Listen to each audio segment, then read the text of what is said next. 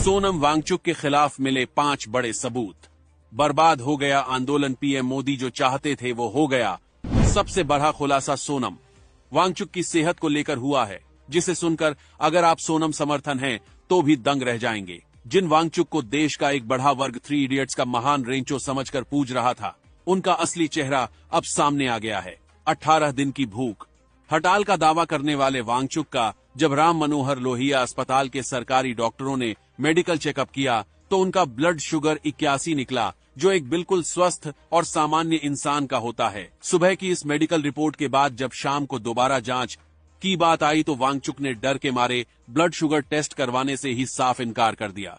यही नहीं, उनके साथ अनशन का नाटक कर रहे 17 लोगों में से 3 तो मौके से ही गायब मिले और बाकी लोगों ने भी अपना टेस्ट करवाने से मना कर दिया, क्योंकि उन्हें डर था कि उनकी चोरी पकड़ी जाएगी।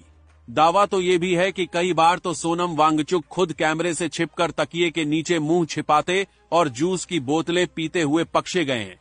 ये कैसा अनशन है भाई, जहां छिप छिप कर स्नैक्स और जूस का सेवन हो रहा है। ये पूरा हंगर स्ट्राइक सिर्फ और सिर्फ भोली भाली जनता को इमोशनली ब्लैकमेल करने का एक घटिया पीआर स्टंट साबित हुआ है, जिसे अब देश की जनता पूरी तरह समझ चुकी है। अब बात करते हैं उस सबसे बड़े सफेद झूठ की, जिसे फैलाकर वांगचुक ने सहानुभूति बटोरी, यानी 3 इडियट्स का रेंचो। खुद वांगचुक ने साल 2018 और 24 के इंटरव्यू में माना था कि उनका इस फिल्म से 1% भी लेना देना नहीं है।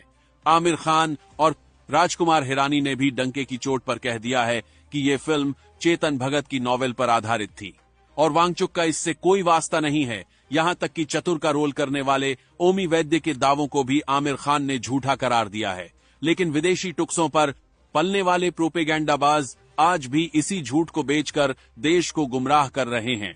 इस फर्जी आंदोलन का राजनीतिकरण तब और एक्सपोज हो गया जब समाजवादी पार्टी की डिंपल यादव और आम आदमी पार्टी के अरविंद केजरीवाल जैसे नेता इस मंच पर अपनी रोटियां सेंकने पहुंच गए।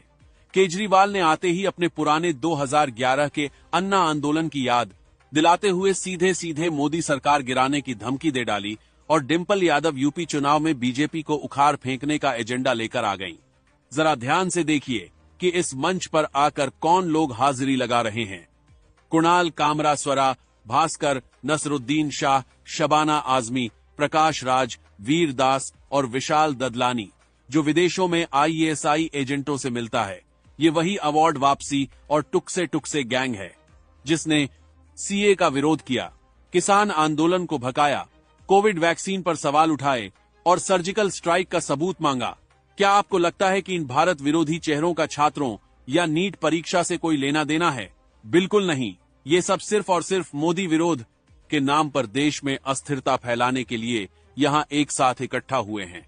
दोस्तों, इस पूरे नाटक का मास्टरमाइंड अभिजीत दिग्गके और उसका कॉकरोच गैंग है, जो असल में बेरोजगारों का एक समूह है जिन्हें आम आदमी पार्टी ने मोहरा बनाकर खड़ा किया है। पार्टी बनाने से एक हफ्ते पहले ये लोग नौकरी ढूंढ रहे थे और अचानक सुप्रीम कोर्ट के बयान के बाद रातों रात इन्होंने CJP बना ली। केजरीवाल ने पंजाब में अपनी जमीन खिसकती देख इन बेरोजगारों को भगाकर एक नया आंदोलन खड़ा करने का दांव चला है। अभिजीत दिग्गके ने शुरुआत में कहा था कि किसी राजनेता को मंच पर नहीं आने देंगे, लेकिन आज वही फ्लॉप आंदोलन को बचाने के लिए हर राजनेता के आगे पीछे दुम हिलाता नजर आ रहा है। यह तथाकथित छात्र आंदोलन नीट के मुद्दे से भटककर पूरी तरह से एक देश विरोधी और राम विरोधी अखाड़ा बन चुका है, जहां मुस्लिम गीत गाए जा रहे हैं और वामपंथी एजेंडा थोपा जा रहा है। अगर इन्हें छात्रों की फिक्र होती तो ये सिर्फ शिक्षा मंत्री के इस्तीफे है की बात करते ना कि धर्म के खिलाफ जहर उगलते। अगर सोनम वांगचुक के साथ कुछ भी अनहोनी होती है तो उसका सीधा जिम्मेदार सिर्फ अभिजीत दिग्गे और उसका राजनीतिक आका होगा। आप खुद तय कीजिए कि ये छात्रों का आंदोलन है या देश को तोड़ने की एक बहुत बड़ी और गहरी अंतर्राष्ट्रीय साजिश। क्या इतना सब सुनने के बाद भी आपको इस आंदोलन पर भरोसा है? कमेंट में जरूर बताइएगा। जय हिंद।